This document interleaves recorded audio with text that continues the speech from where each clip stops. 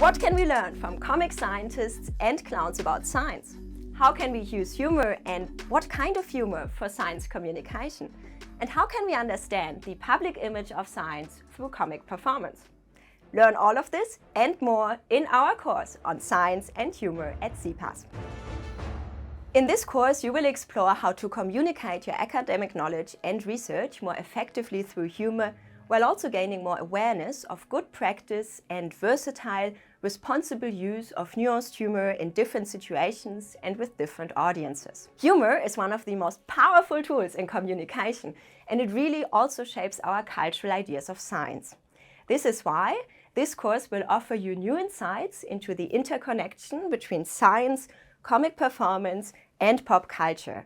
We will study contemporary and historical examples from over the last 150 years, comic book stories, animated film, comedy shows, blockbuster film, and much more, to really clarify how comic cultural narratives about science have affected our public discourse and understanding of science, and thus our science-society relationship. In this one-week, online-only intensive course, we will look at both the ways science has generated and created rich cultural comic traditions, but also how humor and laughter have shaped and influenced our cultural ideas about science, scientist stereotypes, and science humor.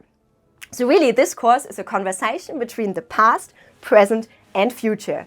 And one of our aims and major goals is to clarify the power of humor and laughter for bringing science and scientists into the general public discussion. If all this sounds interesting, join me into the curious worlds of comic scientists, slapstick science, side-splitting zombie science, and hysterical joker science, killing with laughter. My name is Anna-Sophie Jürgens, and this is my course on Science and Humor.